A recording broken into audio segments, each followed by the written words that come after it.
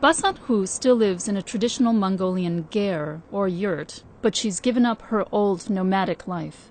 For the past year, her ger has been based in just one place, in one of the sprawling shanty towns surrounding the capital, Ulaanbaatar.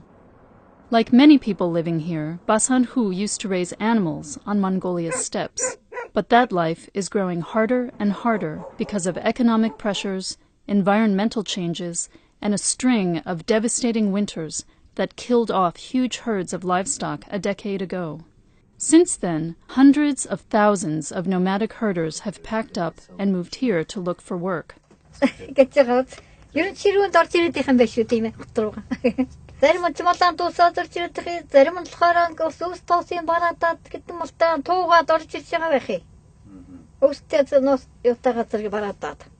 Basan-hu came to the city to live with two of her sons after her husband died.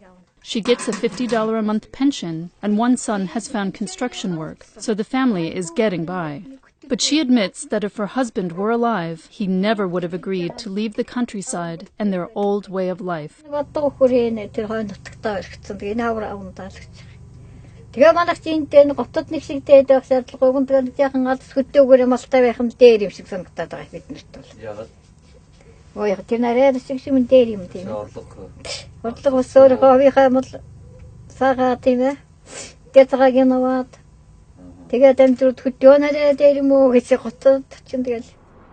Life on the city's outskirts is not easy, but it's become a typical way of life for Mongolians.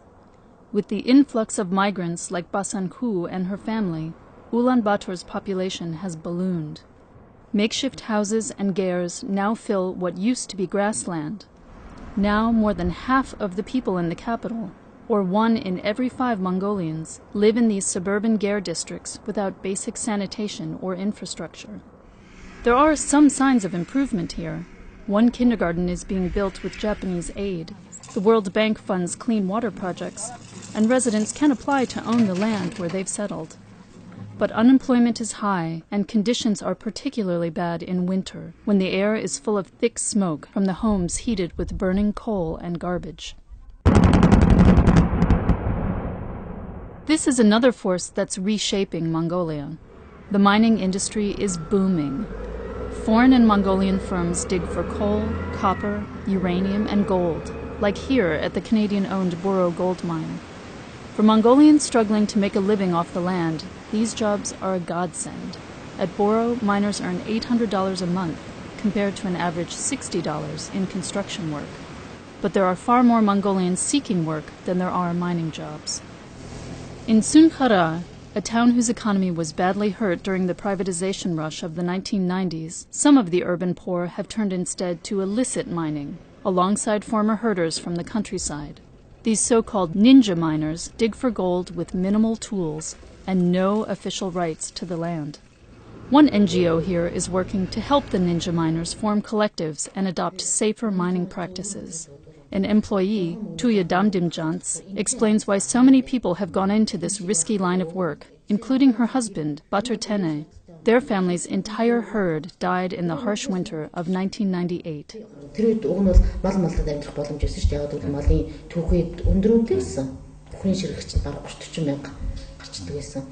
Тэгээд үнэхээр ямар ч орлогогүй болоод ирэхээр төв суурин газар хөдөө манайх ч одоо эндээс 20 км-ийн санаасан төв суурин газар бараадаа тэгээд тэр өрхийн тэр үр хөвгтэй тийжих хэвээр унчгаа өөр тэр хүнд энд орж ирээд нөгөө ажилгүй 20 хэдэн хүн дээр 20 мянган хүн дээр дахиад нэг хүн нэмэгдээд ороод ирж байгаа юм чинь ажлын байр байхгүй тийм учраас алтанд явж эхэлсэн 1999 оны намар явж ирсэн. At the end of a long dirt road about 3 hours north of Ulaanbaatar, ninja miners have set up a gold mining camp. They can expect to earn $5 or $10 a day for back-breaking work in the pits or for trying to isolate the gold using dangerous chemicals like mercury and cyanide. Ironically, the mining industry, a last recourse for many former herders, is only making it harder for those who still raise animals for a living. Both official and unofficial operations use huge amounts of water, diverting rivers and leaving large stretches of pasture land unusable. Once this site is depleted, the ninja miners will break camp and look for gold elsewhere. It's a new kind of nomadic life, and one that offers no more certainty than they had before. At White Lake, Saga Nur, outside the city of Darkhan, it's horse branding day. The Buddhist calendar says it's an auspicious day to tame animals, and men from 3 families are pitching in with the hard work. They all live in a more or less traditional way here, raising livestock and moving to different pastures throughout the year. Even with all the migration to the cities, some 40% of Mongolians still live as nomadic herders.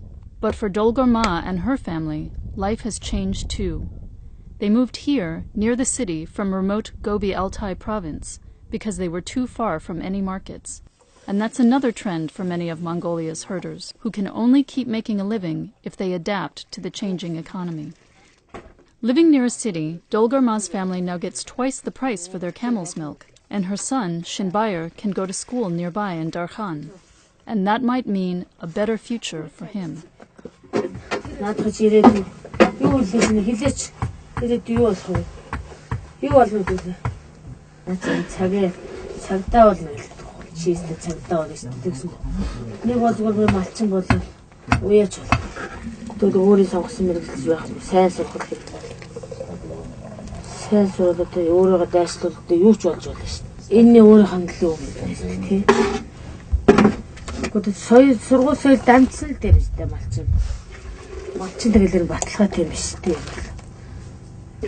But that's no longer guaranteed in a changing Mongolia, where urban life and mining are steadily replacing rural life. For now, at least, this family is able to keep its traditions alive, and Shinbayar's future seems wide open.